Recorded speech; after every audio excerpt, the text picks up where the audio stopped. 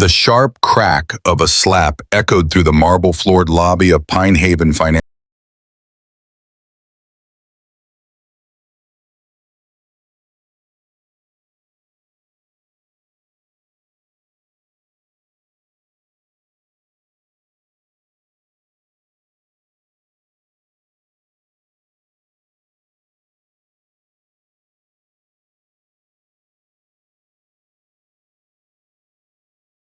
Clara Johnson stood perfectly still, her dark cheek burning from the slap.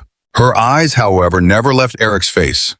The fluorescent lights glinted off his gold name tag as two security guards rushed over. Not to restrain him, but to surround Clara instead. "You're under arrest, ma'am," one of the guards barked. Phones came out. Customers began recording. Another viral moment of racial discrimination was unfolding right before their eyes. Some people looked away, uncomfortable. Others stared, curious. But most simply watched in cold silence, unwilling to get involved. Clara didn't flinch. Instead, she slowly straightened her posture, adjusting the simple cardigan over her plain white blouse. Her voice rang out calm and steady, carrying the quiet power of someone not used to being questioned. "I believe there's been a misunderstanding," she said, every word deliberate, her tone steady, even as the red imprint of Eric's hand grew darker on her skin. Before we dive deeper into this powerful story, if you stand against prejudice and racism in America's financial institutions, hit that like button, subscribe, and drop a comment telling us where you're watching from. We read every single comment, and you just might get a personal reply. What no one in that bank realized at that moment was who Clara Johnson really was. At 45, Clara was the very definition of self-made success. The daughter of a hospital janitor and a public school teacher, she worked 3 jobs to put herself through college, earned her MBA while raising her son Marcus alone after her husband's death, and built Johnson Equity Group from a tiny one-room consulting firm into a financial empire worth over $9 billion. Her face had graced the covers of Forbes and Black Enterprise. Her name was etched onto donor walls at hospitals, universities, and community centers across the country. Clara Johnson wasn't just rich, she was powerful. Her signature alone moved markets and changed communities. Yet today, none of that power was visible. Gone were the designer suits and signature jewelry. Instead, Clara wore off-the-rack clothes from a department store. Her usually immaculate braids were hidden beneath a simple headscarf. The designer glasses that had become part of her brand image, replaced by contact lenses. She looked like any middle-class Black woman trying to handle her banking business. And that was exactly the point. What Eric Simmons didn't know, what none of them knew, was that 3 weeks earlier, Clara had quietly acquired Pine Haven Financial Bank. A deal done behind closed doors, not yet announced to the public, or even most of the bank's employees. Only the board and top executives knew she now owned every inch of this marble floor they stood on. But for Clara, this wasn't just business. This branch held personal history. 30 years earlier, her grandmother, Evelyn Johnson, had walked into this very building seeking a modest home loan. She had perfect credit, a stable income, every reason to be approved. Yet she was denied with vague excuses about certain neighborhoods having different requirements. That single denial robbed Clara's family of the chance to build generational wealth. So no, this wasn't random. This was deeply personal. When Clara shared her undercover plan with her executive team, they begged her to use mystery shoppers or consultants, but she refused. "You can't fix what you don't understand," she told them. "I need to see it with my own eyes, feel it with my own heart." The night before this third visit, the one ending in that slap, her son Marcus had questioned her. "Why go through this, Mom? You literally own the bank. Just fire everyone and start over." Clara had smiled sadly. Firing people without understanding the problem doesn't change the system. Those same people just get hired somewhere else. Real power sometimes means being underestimated. And so here she stood, surrounded, insulted, assaulted, but far from defeated, because in just a few minutes, everything was about to change. Sometimes the most powerful thing you can do is be underestimated. Clara's voice was soft but unwavering. Your great-grandmother taught me that, Marcus. She couldn't fight the system that denied her from the outside. But me, I have the power to change it from the inside. Her son, Marcus Johnson, sat quietly at the dinner table, absorbing his mother's words. He was just 16, brilliant and full of righteous anger, too young to understand the weight of what Clara carried every single day. What Marcus couldn't see yet was the double consciousness his mother lived with, the constant balancing act of being both a powerful black banking executive and a black woman in America. Pine Haven Financial Bank wasn't just another acquisition in Clara's growing empire. No, it was a reckoning, a confrontation with a system designed to hold people like her grandmother, Evelyn Johnson, down. The bank had a long, ugly history, one that mirrored America's complicated relationship with race and money. Founded in 1952, Pine Haven Financial had grown rich during the post-war boom by financing white families, building suburbs, and expanding the American dream. For some. Meanwhile, black applicants, many more than qualified, were systematically denied loans. Dreams deferred.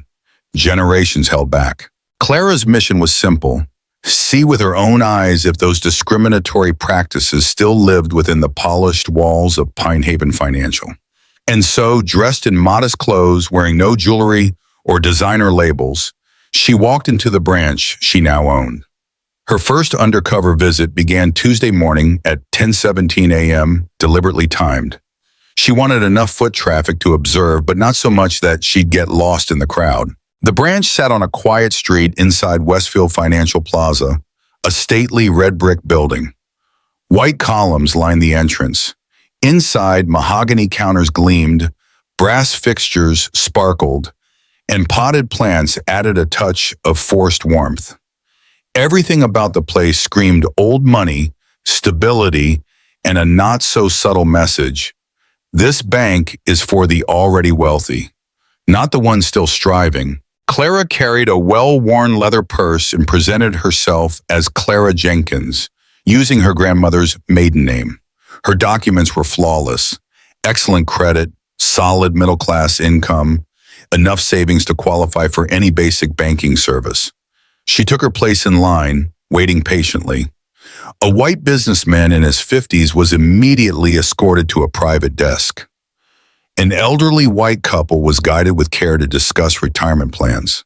When it was finally Clara's turn, she approached the teller, a young man named Michael Jefferson, fresh-faced, tie perfectly knotted. But the moment he saw Clara, a flicker of uncertainty and something colder crossed his face. "Good morning," Clara greeted him politely. "I'm new to the area and looking to open a checking and savings account. Possibly explore investment services." Michael nodded stiffly. "You can find all our account information online," he said, voice barely above a whisper. "Or the ATM can help you open a basic account without waiting." Clara kept her expression neutral, though the insult was clear. "Go use the machine. Don't waste our time." "I'd prefer to speak with someone about my options," she replied calmly but firmly. "I have specific questions about investments." Michael's discomfort grew. His eyes darted toward the customer service desk where Eric Simmons sat, watching the exchange like a hawk. "I'll see if anyone's available," Michael mumbled, picking up the phone without meeting her eyes. His words, however, spoke volume. "I have a walk-in looking for account services." "Yes, she's requesting a banker."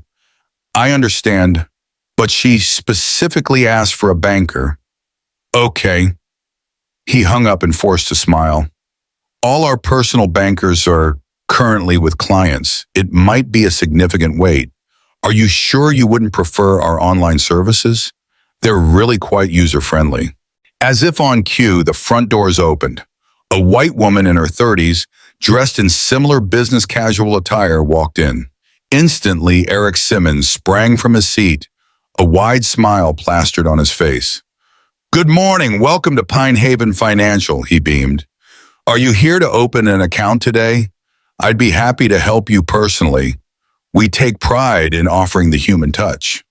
Clara stood silently, observing the stark contrast. Two women, same attire, same request. Only difference? Skin color. I understand there might be a wait, Clara said, voice pleasant but firm. I'm happy to schedule an appointment if that's easier. Before Michael could respond, Eric approached, having finished settling the white woman with another banker. I hear you're interested in our services, Eric said, looking Clara over with barely concealed disdain. For new clients, we recommend our online portal to speed things up.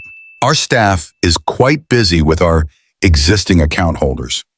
The implication was loud and clear. You don't belong here. You're not worth our time. I prefer in-person banking, Clara replied, standing her ground. I'm happy to wait or make an appointment. Eric's polite mask slipped, his jaw tightening. Without an existing relationship, we require additional identification and proof of address. Strict compliance protocols. Clara produced everything: driver's license, social security card, utility bill. More than enough. Eric examined them like he expected to find something wrong. I see you're self-employed, he sneered. We'll need tax returns, business registration, verification. Requirements that weren't mentioned to the white woman just minutes earlier. I wasn't aware that was necessary for a simple checking account, Clara responded. Is that a new policy? It's our policy for accounts we deem potentially high risk, Eric replied coldly. If you prefer, there's a community credit union about 6 blocks east. Might be a better fit. Another subtle way of saying, go where you belong. Clara smiled politely, gathering her documents. Thank you for your time. She walked out, but not because she'd been dismissed. She had seen exactly what she came to see. The discrimination wasn't accidental. It was systematic, scripted, practiced. And Clara Johnson, CEO, mother descendant of Evelyn Johnson, was just getting started. Eric Simmons's voice boomed loud enough for the entire lobby to hear. It was warm, overly solicitous. I'd be happy to help you personally, ma'am. Here at Pine Haven Financial, we take pride in providing that human touch. The contrast was glaring, impossible to miss. Clara Johnson, standing mere feet away, watched silently as the white woman was ushered off with a smile, while she'd been directed toward automated services. Two women nearly identical in appearance and needs, yet only one was treated like she belonged, the other like an inconvenience. Clara stood motionless, her face calm, though the storm inside her was brewing. Textbook discrimination, she thought. I understand there might be a wait, Clara finally told the young teller, Michael Jefferson, her tone still pleasant. I'm happy to schedule an appointment if that's easier. Before Michael could answer, Eric Simmons returned, having just deposited the white woman with another banker. The moment his eyes landed on Clara, his face hardened. In seconds, he sized her up, cheap cardigan, no jewelry, modest purse, and dismissed her worth with a single glance. Eric Simmons was the face of institutional discrimination. At 38, with 16 years at Pine Haven Financial, he'd clawed his way from teller to customer service manager. His expensive suit, luxury watch, and meticulously groomed appearance screamed success and authority, an image he wielded with ruthless precision. I understand you're interested in our services, Eric said, his voice professionally polite, but his eyes cold. For new clients, we typically recommend starting with our online portal. Speeds things up. Our staff is busy serving existing clients. The implication couldn't have been clearer. You're not one of us. Clara's polite smile didn't falter. I prefer in-person banking, she responded, standing her ground. I'm happy to wait or come back for an appointment. Eric's lips thinned. Without an existing relationship with Pine Haven Financial, new accounts have certain requirements. Perhaps you could provide additional identification and proof of address. We have strict compliance protocols. Another classic move, bury her in unnecessary paperwork while waving white clients through. Without missing a beat, Clara produced her driver's license, social security card, and a utility bill, more than sufficient to open a basic account. Eric examined them slowly, holding the license up to the light like she was some scam artist. I see you're self-employed, he noted, voice dripping with suspicion. We'll need your tax returns and business registration documents before proceeding. Clara's eyebrows rose slightly. Those demands had not been made to the white woman just moments earlier, nor were they listed anywhere in the bank's published account requirements. I wasn't aware those were necessary for a simple checking account, Clara said, her tone polite but questioning. Is that a new policy? Eric's jaw clenched at the pushback. It's policy for accounts we deem potentially high risk, he snapped. If you prefer, there's a community credit union 6 blocks east. Might be a better fit. There it was, steering the black customer away from the prestigious institution and toward the place for her kind. Behind Eric, Michael Jefferson buried himself in paperwork, refusing to meet Clara's gaze. Clara gave a tight, controlled smile. Thank you for your time, she said, gathering her documents and walking out. She didn't argue, there was no need. She had seen exactly what she came to see. But Clara wasn't done, not by a long shot. The very next morning, Wednesday, 9:00 a.m. sharp, Clara returned. This time she was armed, not with anger, but with every possible document Pine Haven could ask for. Tax returns, business licenses, income statements, even her financial portfolio, organized neatly in a leather folder. The branch was busier. Several customers waited, some already seated for consultations. Clara immediately spotted Michael at the teller window. He flinched slightly when he saw her. Across the room, Eric was laughing with a white man in a golf shirt and khakis, the picture of casual privilege. Clara didn't waste time. She walked directly to the information desk. I'm here to open a checking and savings account, she said, her voice crisp and professional, and discuss wealth management options. I have an appointment. That last part was a calculated bluff. The receptionist frowned, typing quickly. I'm sorry, ma'am. I don't see anything scheduled. Clara's polite smile didn't waver. That's strange. I spoke with someone yesterday who assured me I could come this morning. I brought all the documentation requested. She opened her portfolio, revealing perfectly organized paperwork. Perhaps there was a miscommunication, but since I'm here with everything, is someone available to assist? The receptionist hesitated, caught between protocol and Clara's confident presentation. She picked up the phone. From across the room, Eric noticed, and began making his way over. Clara spotted Daniel Cooper, the branch manager, lingering near his office door. He hadn't interfered yesterday, but today, he was watching. Moments later, Eric arrived. Is there an issue? He asked, his eyes narrowing as he looked over the pristine folder in Clara's hands. This is the woman I mentioned, the receptionist stammered. She says she has an appointment. I explained our policies yesterday, Eric cut in smoothly. Perhaps I can remind you. New accounts require documentation, extensive documentation, especially for certain profiles. Daniel Cooper's gaze flickered toward Eric but stayed silent. Clara didn't blink. You'll find everything you could possibly need right here, she said, tapping her folder. And since I'm here, I'd like to speak with someone about wealth management. Eric's jaw worked. He glanced toward the back office. Vivian, he called. Madeline Brooks, the senior loan officer, appeared. Late 50s, sharp suit, cold eyes. Yes? This client has some account requests. Madeline's face said it all. Another one of those customers. Still, she motioned Clara toward a small desk. Clara followed calmly, noting the eyes on her. Customers and employees, watching, whispering. Madeline barely sat before she began. Our wealth management services typically start at $250,000 in assets. Are you sure this is something you qualify for? Clara smiled slowly. I currently manage over 500,000, mostly in tech stocks and municipal bonds. I'm looking to diversify. Madeline's eyes flickered, surprise. Then the mask slammed back into place. Of course, but there are additional verification steps. Of course, Clara agreed, though I noticed the couple at the next desk didn't seem to need that. Different procedure? Madeline stiffened. Eric, hovering nearby, turned pale.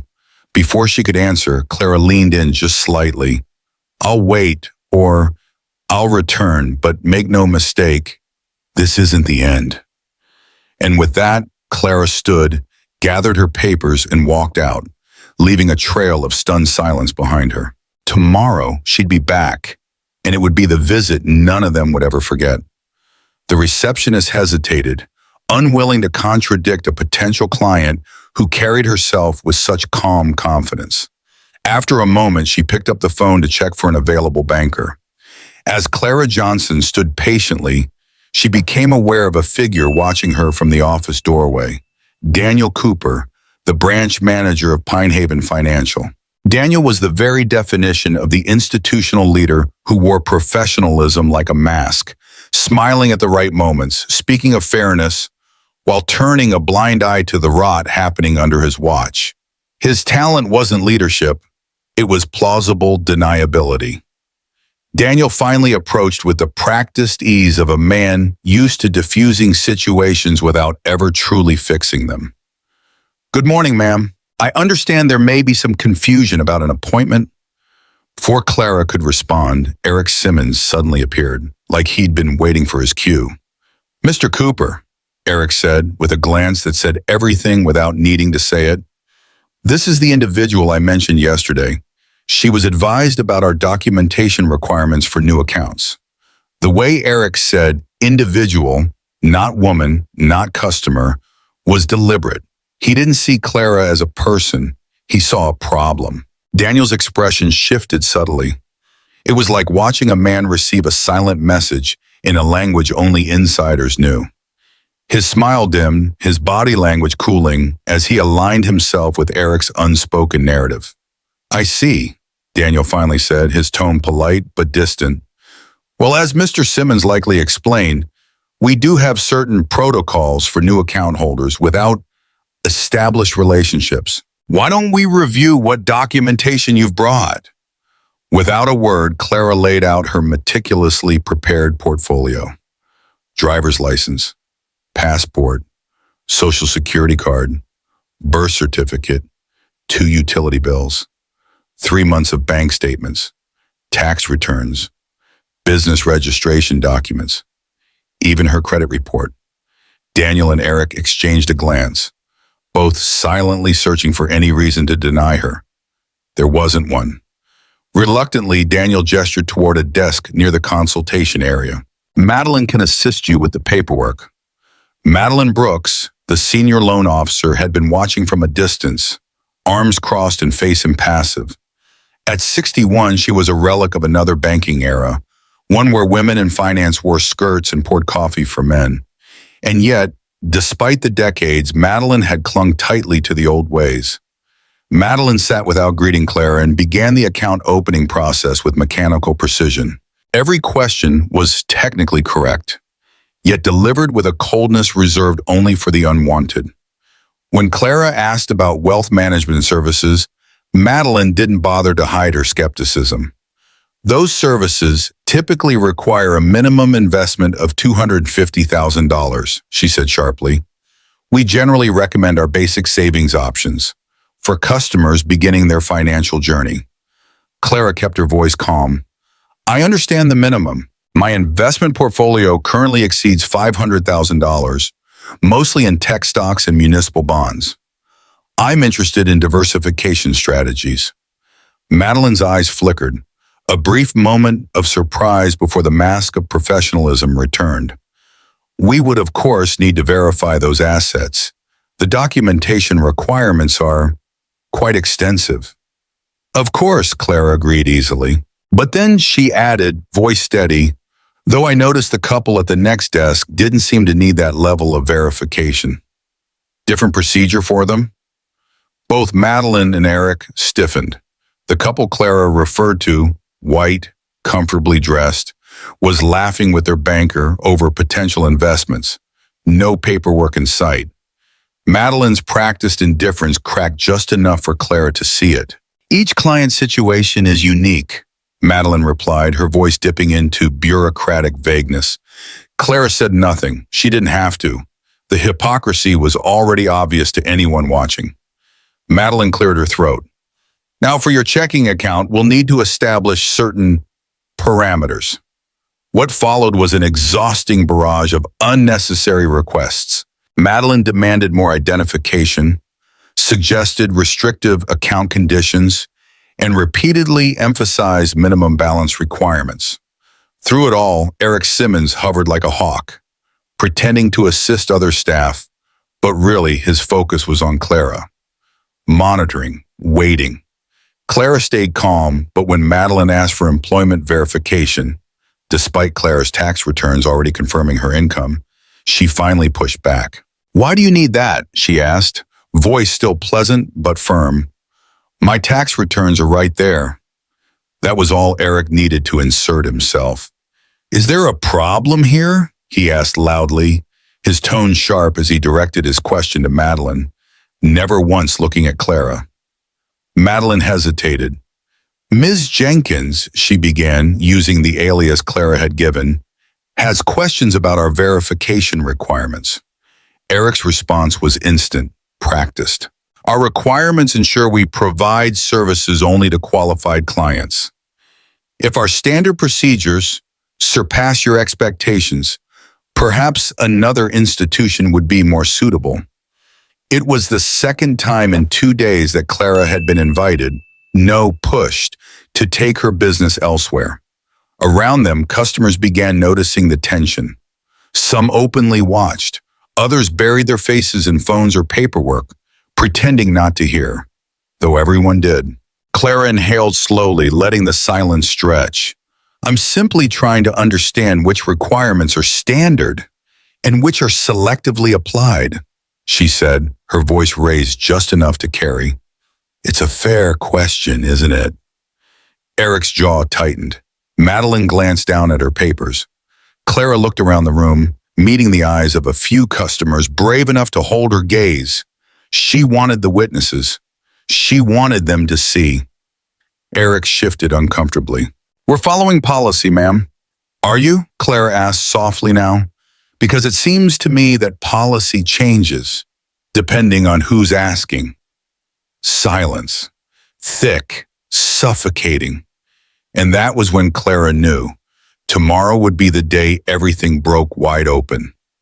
Clara Johnson spoke clearly, her voice calm but loud enough for nearby customers to hear. I'm simply trying to understand which requirements are standard and which are selectively applied. Her words hung heavy in the air. Eric Simmons' face flushed deep red at the challenge, but before he could snap back, a white customer strolled over and interrupted with a casual question about deposit limits. Instantly, Eric's entire demeanor shifted. He smiled wide, practically falling over himself to be helpful. Of course, sir. Let me walk you through that. The warmth in his voice stood in sharp contrast to the cold hostility he'd shown Clara moments before. Clara watched silently, her expression unreadable. That right there was the exact moment she needed. Another clear public display of differential treatment based entirely on race. Several customers in the lobby noticed it too. Some looked uncomfortable, while others exchanged knowing glances. When Eric returned, the mask was gone. His face hardened into barely concealed hostility. We'll need time to process your application and verify all the documentation, he said stiffly. Expect a call in 7 to 10 business days regarding your account status. 7 to 10 business days. Meanwhile, Clara had just watched a white customer open an account on the spot. Clara gathered her papers slowly, deliberately. That's strange, she remarked, her voice still carrying. The gentleman who arrived after me has already finished his account opening and even received his temporary checks. Why would my process take so much longer? Eric's jaw clenched. As I said, he replied curtly, each client's situation is unique. We've done everything we can to assist you. If you'll excuse me, I have other clients. Without another word, Eric turned his back on Clara, leaving Madeline Brooks to awkwardly wrap up the meeting. Clara stood, scanning the room. Some customers stared at her with sympathy, others with shame, but no one spoke. Outside, Clara took out her notepad. Every detail was written down. Names, expressions, timestamps. What had once been a theory was now undeniable fact. This wasn't a one-off. This was systemic. And tomorrow she'd expose it all. The next morning dawning bright and crisp, a classic early fall day in Pine Haven. But Clara's mind wasn't on the beauty of the season. Today was the breaking point. Her outfit was simple but carried a subtle shift. Still professional, but the leather portfolio in her hands and the purposeful stride said everything. This was a woman ready to do business. Inside Pine Haven Financial, the air seemed to freeze the moment Clara walked through the door. Familiar faces stiffened. Aiden Fox peeked from behind his teller window, paling instantly. Madeline Brooks dropped her pen, and Eric Simmons, standing near the loan department, visibly tensed. Clara walked directly to the information desk. Good morning. I'd like to speak to someone about business loan options. I'm considering expanding my consulting firm. The receptionist blinked, clearly new but briefed enough to recognize Clara's presence was unwelcome. Do you have a business account with us already, ma'am? Not yet, Clara replied. I'm evaluating banking relationships for both personal and business needs. The receptionist glanced nervously toward Eric Simmons, who gave the slightest nod. Please, have a seat. Someone will be with you shortly. From the waiting area, Clara observed everything. Daniel Cooper and Eric Simmons were into the corner, speaking in hushed tones, eyes flicking toward her every few seconds. Preston wasn't there, but it was clear the staff had been warned about Clara's return. After 23 long minutes, during which 3 white clients were called up and helped immediately, Madeline Brooks finally approached Clara holding a thin folder. We have some standard materials about our business services, she said without offering Clara a seat. Instead, she stood awkwardly, dropping the folder into Clara's hands. A clear signal this wasn't a meeting, just a brush off. Clara flipped through the folder. It was nothing but generic brochures, no tailored terms, no specific loan options, just fluff. I was hoping to speak with someone, Clara said coolly. I have projections and a business plan prepared. I'd like to review it. Madeline shifted uncomfortably. She glanced back at Eric, who was openly watching the interaction now. Our business lending specialists are all tied up with clients at the moment, Madeline said, avoiding Clara's gaze.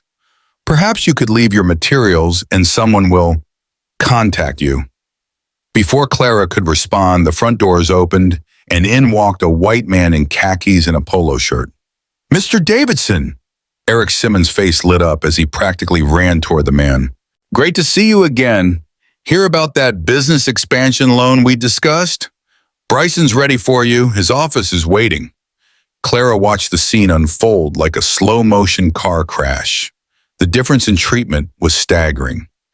Davidson was ushered inside instantly, while she was told to leave her paperwork and wait.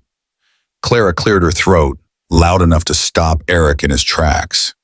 I noticed your business lending specialists are available for some clients. I'm happy to wait for Mr. Cooper when he's done. Madeline froze, glancing at Eric. Eric's face twisted with irritation. Our staff is busy. You were told to leave your documents. That's funny, Clara shot back, her voice firm now. Because that man walked in without an appointment and was greeted like a VIP, but I have to wait? More customers were watching now. One elderly woman whispered to her husband. Another younger black woman took out her phone and started recording. Eric's mask cracked. You're creating a disturbance, ma'am. I'm asking for fair treatment, Clara replied, meeting his gaze. If that's a disturbance, maybe the problem isn't me. Silence fell over the lobby. Clara stood tall, looking around. I'll wait.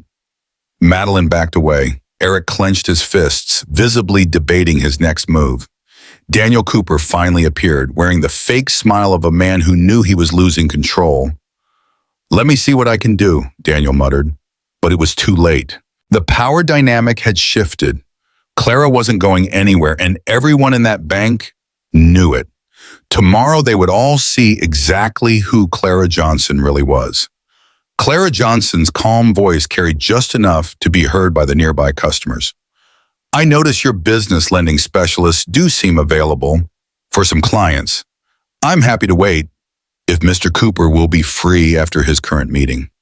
Madeline Brooks' professional mask cracked for a split second, revealing the discomfort of someone forced to enforce policies she knew were wrong. I'll check on that for you, she stammered, retreating toward the manager's office. Clara stayed seated, but her sharp ears picked up whispered conversation drifting from behind the customer service desk, where Eric Simmons had rejoined his colleagues. Third day in a row, getting tired of this, know their place. People like that always want special treatment. Clara froze. People like that. Her blood boiled, but her face stayed calm. Quietly, Clara stood and walked directly to the desk. The three employees looked up, shock and panic flashing across their faces as if they'd been caught red-handed. Because they had. Excuse me, Clara said, her voice measured but firm. I couldn't help overhearing. I'd like to understand which policies here at Pine Haven Financial Support treating customers differently based on race. The lobby went dead silent. Customers turned, watching. A few phones came up, recording.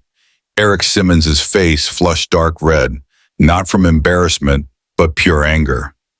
I don't know what you think you heard, he sneered, but you're mistaken. Now, if you're not here for legitimate business, I have been here 3 days, Clara interrupted, her composure razor sharp, each time trying to conduct legitimate banking business, and each time treated differently. Excessive documentation, directed to automated services, made to wait while others get immediate help. And now I hear staff using racial slurs. I want to speak to the branch manager. Now. Eric's eyes narrowed, his jaw clenched. The power shift rattled him. Finally, he snapped. You're creating a disturbance in a financial institution. I'm going to have to ask you to leave. Now. I'm not causing a disturbance. I'm requesting appropriate service in addressing discriminatory behavior, Clara responded, holding her ground. The only disturbance here is the one created by your treatment of black customers. The standoff had every customer frozen in place, some openly recording, others pretending not to watch, but couldn't tear their eyes away. Eric stepped out from behind his desk, puffing his chest, moving into Clara's personal space. You need to leave now before I call security. Please, call security, Clara answered, voice steady. I'd love for them to witness this. Maybe they can explain why Pine Haven Financial has one standard for white customers and another for black ones. Eric lost it, his face twisted in rage. You don't belong here, he screamed. And then he slapped her. The sound echoed like a gunshot across the marble-floored lobby. Gasps filled the air. Phones shot up. Customers recoiled in horror. At his teller window, Aiden Fox fumbled for his phone, hands trembling. Eric, panting from the strike, straightened his tie and shouted, I've already called the police. We don't serve your kind here. They're coming, and they're going to arrest you. Through it all, Clara didn't move. One hand on her burning cheek, eyes locked on Eric Simmons. Not a flinch, not a tear. And then, the sirens. The flashing red and blue lights danced against the marble columns as 2 patrol cars pulled up outside. Officers climbed out, adjusting their equipment belts. Tension snapped through the building like static. Inside, Eric straightened again, puffing himself up like a man who believed salvation had arrived. "They're here," he announced loud enough for the room. Satisfaction dripped from every word. "Security, detain this woman until officers can take custody." The lead officer, a heavyset white man with a grizzled face, pushed through the doors, his hand casually resting near his holstered weapon. Behind him, a younger officer, also white, and an Asian American female officer followed. Eric leaped forward. "Officers, thank you for responding. This woman's been causing a disturbance. Became physically threatening when we asked her to leave. We had to restrain her." It was a breathtaking lie, a complete inversion of reality. But Eric's confidence was staggering. He delivered the lie like gospel, certain the badge would believe him over her. The lead officer didn't blink, didn't scan the room. He zeroed in on Clara immediately. Not Eric, not the situation, just Clara. The red mark on Clara's cheek was visible. Still, the officer's hand shifted closer to his gun. "Ma'am," he barked, "put your hands where I can see 'em and step away from the desk." A collective gasp rippled through the lobby. Clara didn't flinch. She slowly raised her hands, palms open. "I've been assaulted. He assaulted me," she said, voice clear.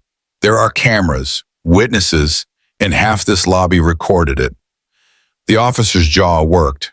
Doubt flickered for the first time, but not enough. He still saw Clara as the threat. Eric smirked. "She doesn't belong here, I told you." Before the officer could speak, a voice rang out. Strong, female. "She's telling the truth," the Asian American officer interjected. "I've been watching the lobby cameras from outside. There's audio too." Eric paled. The officer turned to her. "What?" "She was calm the entire time. He hit her. He escalated, not the other way around." Murmurs swept through the room. Some customers clapped. Others called out, "Yeah, we saw it too." "Check your footage." Eric's smirk evaporated. He turned on the officer, stammering, You don't understand." "No, you don't understand," the officer snapped. She pointed toward the cameras. "I suggest you pull that footage now." The lead cop hesitated, then slowly lowered his hand from his weapon. Clara, still steady, said one final thing. "Perhaps you should also check ownership records. You're standing in my bank." Silence. Eric's mouth dropped open. The cop blinked. "What?" "I'm Clara Johnson, the new owner of Pine Haven Financial." The room exploded. Tomorrow, the world would know. Clara Johnson stood tall, composed, dignified, one hand raised just to shoulder height, signaling compliance but not submission. Her voice, calm and measured, carried through the now silent lobby of Pine Haven Financial. "Officers, there's been a misrepresentation of what occurred here. I was physically assaulted by this bank employee after questioning discriminatory practices. The entire incident is recorded on the bank's cameras, and several customers here have footage on their phones. I respectfully request you review the evidence before proceeding further." The lead officer, hand still resting near his holster, didn't respond. His focus shifted uncertainly from Clara to Eric Simmons. "Sir," the officer addressed him, "you claim this woman threatened staff physically. Can you describe exactly what happened?" Eric's confidence wavered under the weight of the room's attention. His voice cracked slightly, but he pushed forward. "She became aggressive, refused to leave, made threatening movements. We were just following protocol." A tense silence stretched until a middle-aged white woman, Mrs. Henderson, finally stepped forward, voice trembling but strong. "That's not what happened." He slapped her across the face. "We all saw it. I have it. On video." Gasps echoed. Another customer called out, "I got it on video too." Phones lit up. Whispers spread like wildfire. The younger officer shifted uncomfortably. "Sir, we're hearing multiple witnesses contradicting your account. We'll need to review that security footage immediately." Eric stammered, we can't just access that. There are corporate protocols. That's when Daniel Cooper, the branch manager, suddenly appeared, his face pale but calculating. Sensing the shift, he jumped in, voice overly eager. Actually, I can authorize immediate access for law enforcement. Pine Haven Financial is more than happy to cooperate fully. The betrayal on Eric's face was impossible to miss. Daniel, smelling the legal fallout, had switched sides to save himself. The lead officer nodded sharply. Good, let's go. Daniel led the officer toward his office, leaving Eric floundering.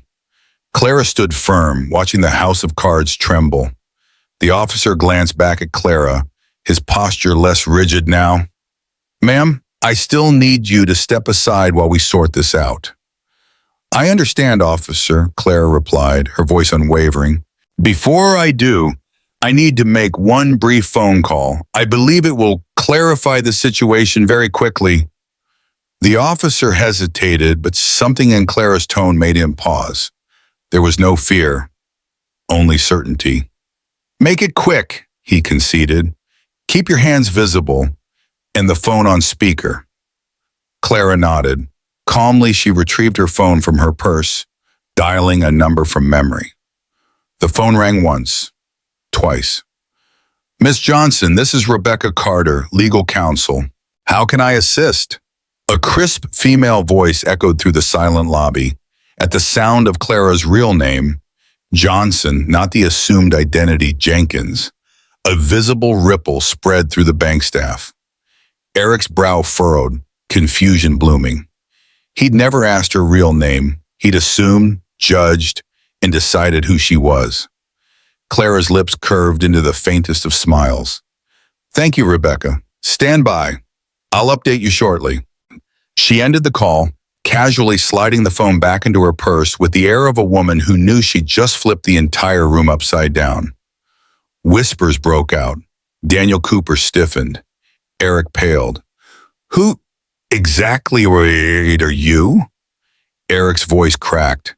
The arrogance drained from his posture. Clara turned, locking eyes with him. Her voice, low and lethal, cut through the tension. That will become clear very shortly. Mr. Simmons, I suggest you spend the next few minutes reflecting on your actions and the consequences that come with them. Eric took a step back, his mouth opening, then closing. For the first time, he wasn't sure who he was really dealing with. Just then, the glass doors of Pine Haven Financial swung open again, and everything changed. 3 impeccably dressed professionals entered, moving with the deliberate, powerful ease of people accustomed to commanding rooms. Leading them was Natalie Parker, an African-American woman in her early 30s, tailored Armani suit fitting her like armor. Behind her strode a silver-haired white man with a leather briefcase. His every step screamed senior legal counsel. Flanking him, a sharp-eyed South Asian man already working a sleek tablet. The shift in the atmosphere was instant. You could feel it. Power had arrived. Natalie moved straight to Clara, ignoring the cops, ignoring the staff. Miss Johnson, she greeted, respectful but in control. We've secured the necessary documentation. As requested, she handed Clara a leather portfolio, Timberlake Financial's embossed logo gleaming. Recognition flared in Daniel's eyes. That insignia was known throughout the industry. Eric stammered, Wait, what is this? Clara didn't even glance at him. She opened the portfolio, pulled out a set of documents, and calmly handed them to the officer. Officer, this is the updated corporate ownership file, filed with the Pine Haven County Registrar's Office and the Federal Financial Oversight Committee. The officer blinked. What is this? I'm Clara Johnson, she said, voice ringing clear. I'm the new majority owner of Pine Haven Financial. The room exploded. Eric stumbled back, mouth hanging open. Daniel Cooper swayed on his feet. Even the lead officer's hand dropped from his weapon. Natalie's voice sliced through the stunned silence. Miss Johnson will not be leaving. In fact, I suggest you immediately detain Eric Simmons for assault and attempted false arrest. This isn't, Eric sputtered. It is, Natalie snapped. And every second this goes on, the liability on this institution grows. The female officer, the one who'd stayed silent, stepped forward. Sir, ma'am, I think it's time we check that footage, and maybe we should all sit down. Clara stood perfectly still, victorious, as the walls finally came crashing down around them. The transformation on Daniel Cooper's face was stunning, shifting from administrative concern to dawning horror as recognition finally set in. Thank you, Natalie, Clara Johnson replied, accepting the leather portfolio.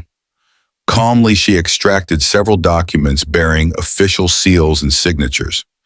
Please provide the officers with copies of my identification and corporate documentation. And Natalie, make sure all security footage is preserved and backed up to our secure servers immediately. She named each officer by their last name, despite none of them having introduced themselves.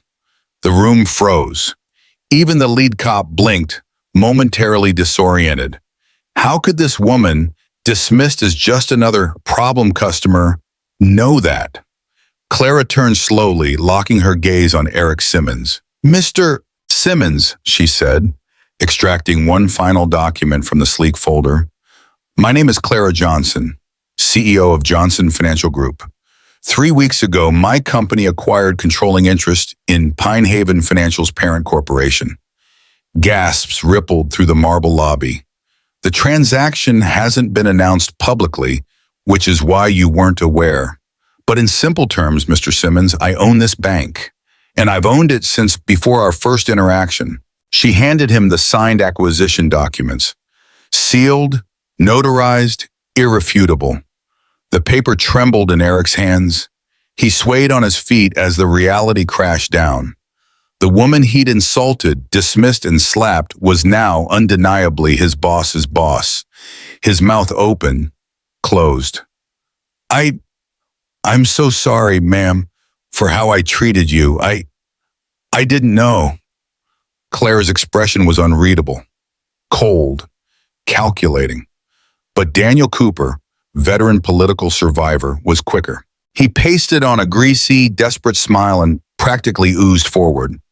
Miss Johnson, had we known who you were, of course, you would have received our premier client experience. There's clearly been a misunderstanding. Clara's head turned, slow, deliberate, her voice dead calm, sharp as glass. No, Mr. Cooper, there's been no misunderstanding at all. A hush fell. Staff members held their breath. Clara continued. What's happened over the past 3 days is exactly what I came to observe. How Pine Haven Financial treats customers you think have no power. Her words rang like a bell. This wasn't personal. This was policy, practice, standard operating procedure, and every single one of you went along with it. Around the lobby, heads dropped. Customers whispered, phones recorded. The very guards who tried to detain Clara now stood stock still, faces pale. Natalie Parker stepped forward, retrieving the acquisition documents from Eric's limp hands. Miss Johnson, the executive team is assembled in the conference room as requested. Legal counsel is ready with the emergency action documents. HR is standing by for immediate implementation of personnel changes. Eric looked around wildly, but no one met his eyes. Even Daniel Cooper edged away. Finally, Officer Kimura approached Clara, her voice level, professional. Miss Johnson, do you wish to press formal charges for the assault?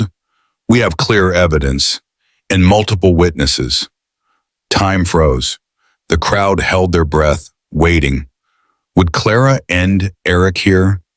Clara considered, long enough to make Eric sweat, then shook her head slowly. No, she replied. I won't press charges. He'll carry this stain for the rest of his life, but he cannot work here another minute. Eric flinched. Please, ma'am.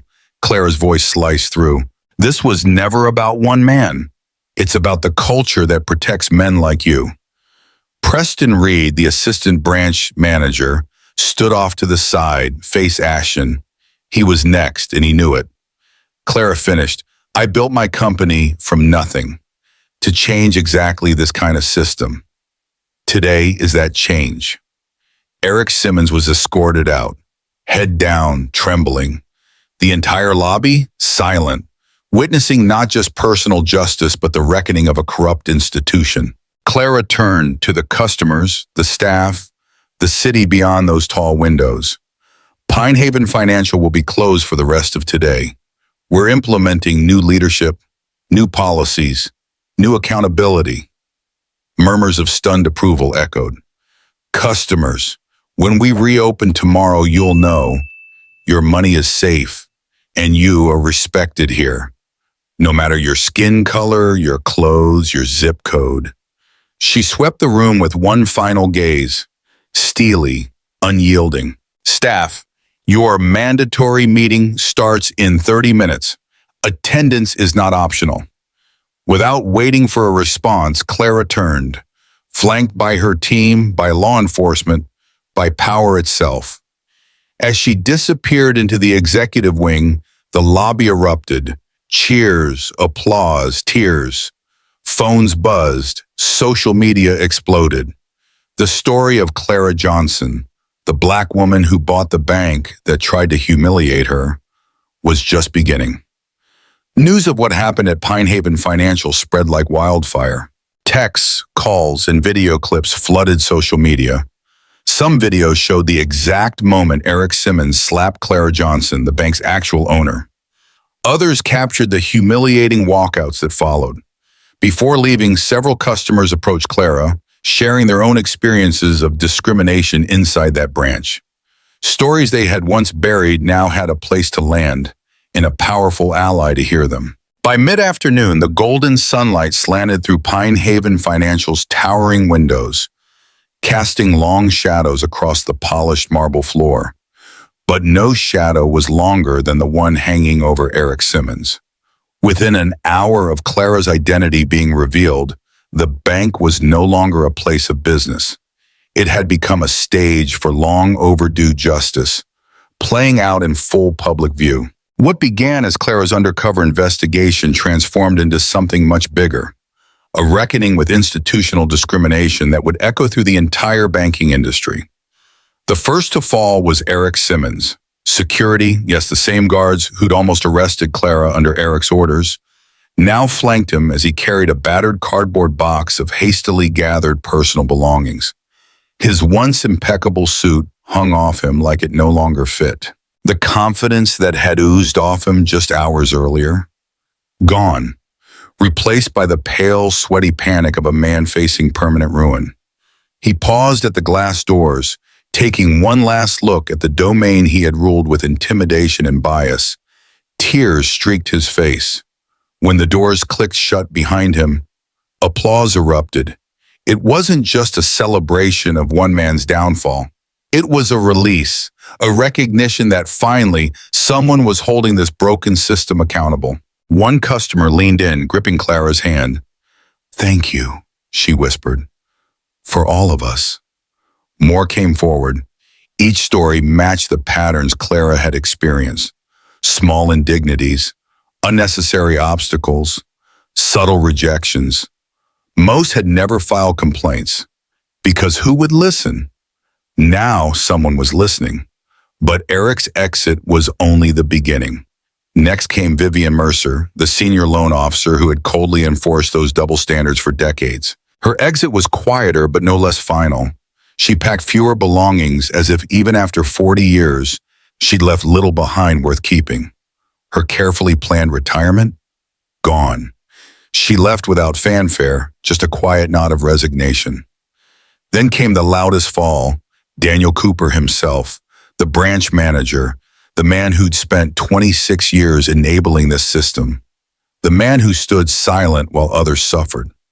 Daniel scrambled to save himself, pleading, bargaining. "Miss Johnson, you don't understand. I'm just middle management. I didn't know." But he had known. Clara's team had proof, emails, video, testimonies. He hadn't just known, he trained others in how to discriminate. When Clara made it official, his termination, Daniel exploded. "You can't do this! Do you know who I am? Who I know?" His voice cracked through the lobby like a whip. "I've given this bank 26 years. But that was the problem. 26 years of perpetuating discrimination, of dressing it up in policy and protocol, of passing it down to the next generation. 26 years of harm. As security walked Daniel out, his expensive suit wrinkled and his face mottled with rage. Even his staff wouldn't meet his eyes. Customers pulled out phones. No one lifted a hand to help. The finality of the glass doors closing behind him was like the end of an era. With the toxic leadership gone, Clara turned to the remaining staff. Her voice wasn't angry, it was calm, commanding, absolute. What you witnessed today isn't about punishing individuals. It's about dismantling a system that allowed this to happen. Those terminated received documentation, proof of the policies, the ethics, even the laws they violated. She let that sink in. Similar reviews are happening right now at every Pine Haven financial branch. We're not done. Some staff nodded, relief washing over them. Others stared, pale, unsure if they were next. Clara's gaze swept across the room. If you stay here, understand this. From this moment forward, Pine Haven Financial operates under new rules. Accountability, transparency, respect for every customer, no matter their skin color, their accent, their zip code, or their account balance. The words hung heavy, final. For those of you who've been silently complicit, this is your moment. You're either part of the change or you're gone. Her words sent a shiver through the room because everyone knew there was no going back. As the remaining employees digested what had just happened, Clara gathered her team and nodded toward the conference room. Let's finish what we started. The customers who had stayed, some in shock, some with tears, stood and clapped. They weren't applauding Clara exactly. They were applauding the rarest thing they'd ever seen inside a bank, real change. Some employees exchanged uneasy glances, calculating whether they could truly adapt to the expectations Clara Johnson had just set. Expectations that would fundamentally change how they had been trained to operate.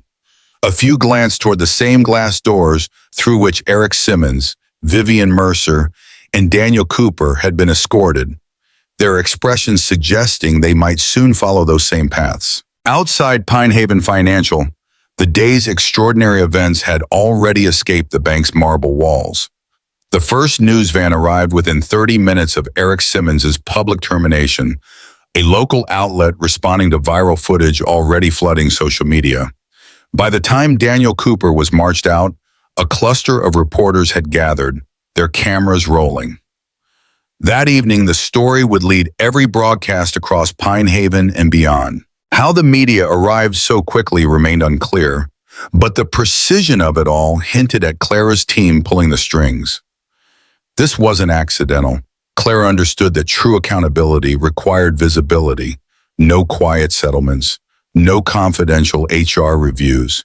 This moment, this reckoning, needed to be seen. By nightfall, interim leadership had been appointed, preliminary findings prepared for regulatory review, and a detailed communication plan was ready to reassure every customer that Pine Haven Financial was stable and moving forward.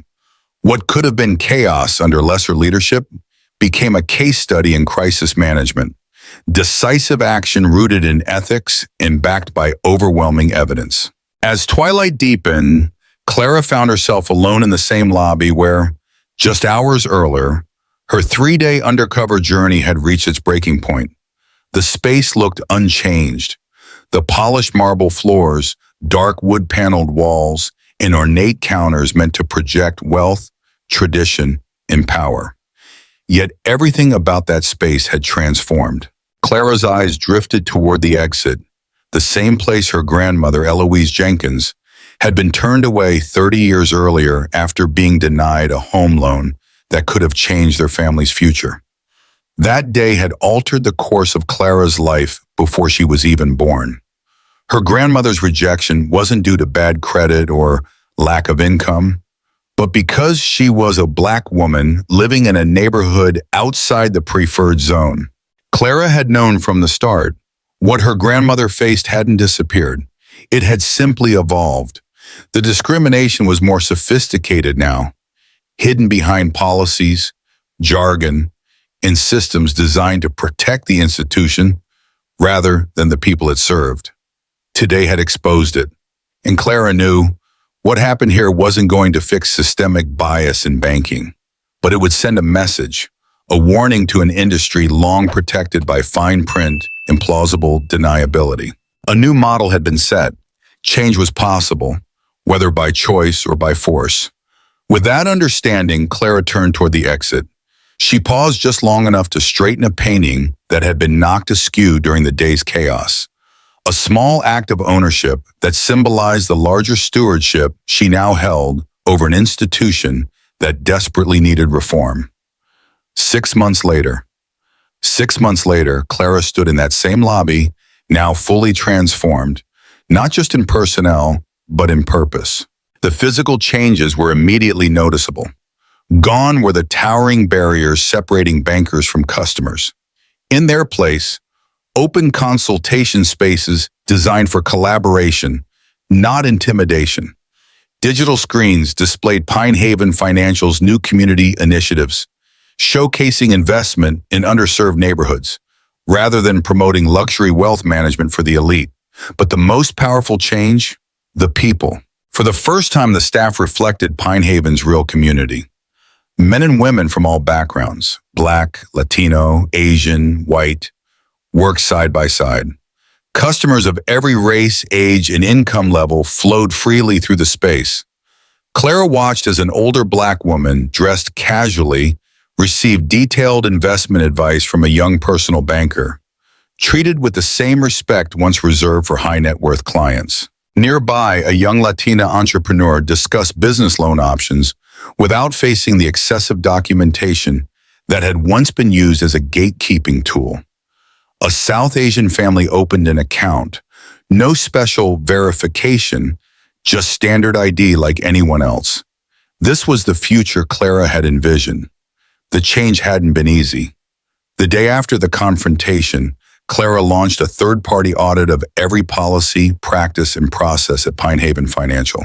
Instead of burying the findings, she made them public, something unheard of in banking. The media had predicted disaster. Competitors tried to poach clients. Analysts called it financial suicide. They were wrong. Within 3 months, new account applications surged by 34%, especially from customers of color, long ignored or rejected by traditional banks. Even corporate clients took notice, many transferring their business to Pine Haven, citing Clara's commitment to real change, not just empty diversity statements. The reforms were deep and structural. Client categorization was eliminated. Zip codes, a modern form of redlining, were banned as a lending factor. Instead, every decision was based on real financial assessments. Hiring practices changed too. Lived experience became just as valuable as banking experience. Staff received in-depth training on financial discrimination history, unconscious bias, and how to provide equitable service. Standing there watching these once impossible scenes play out, Clara felt something rare, a quiet pride. Her grandmother's struggle hadn't been in vain. The fight she'd carried forward had worked. The system changed because she forced it to. At the heart of this story lies a powerful lesson about the hidden nature of discrimination and the importance of accountability, both personal and institutional. What happened inside Pine Haven Financial wasn't just about one arrogant manager or a handful of biased employees. It was about a system designed to quietly protect privilege while shutting out those who didn't fit the profile. The lesson here is that racism and discrimination in America have evolved. They no longer always show up as slurs shouted on the street or signs hung in windows. Today they live in policies, in standard procedures, and in quiet assumptions about who deserves respect and who doesn't. It's the difference between being offered personal banking services or being sent to the ATM. It's being asked for more paperwork, more proof, more hoops to jump through, all subtle ways of saying, you don't belong here. And the most dangerous part, these systems survive because they operate in silence. Most people who experience this treatment walk away angry, embarrassed, and powerless, thinking there's no way to prove it happened. But Clara Johnson did something most of us never get the chance to do. She became the witness, the victim, and ultimately, the person with the power to demand change. And in doing so, she reminded us all that the fight for equality isn't over just because the laws changed. True change happens when someone is willing to look a broken system in the face, expose it, and rebuild it from the ground up. This story is also a reminder that how we treat people when we think they have no power says everything about our character. And in the end, it can determine our fate. Eric Simmons, Vivian Mercer, and Daniel Cooper didn't just lose their jobs. They lost their reputations, their careers, and any moral high ground they thought they had, because they forgot that respect is not something you offer based on a title, a balance sheet, or the color of someone's skin. It's the basic dignity every person deserves. And when you fail that test, as they did, sometimes the very person you look down on turns out to be the one holding your future in their hands. Pinehaven Financial's transformation stands as proof that accountability doesn't just mean punishing a few bad actors. It means changing the rules of the game, opening doors that were slammed shut for generations, and making sure no one else has to live through what Clara's grandmother did decades ago. That is the real victory and the lesson we should all carry forward.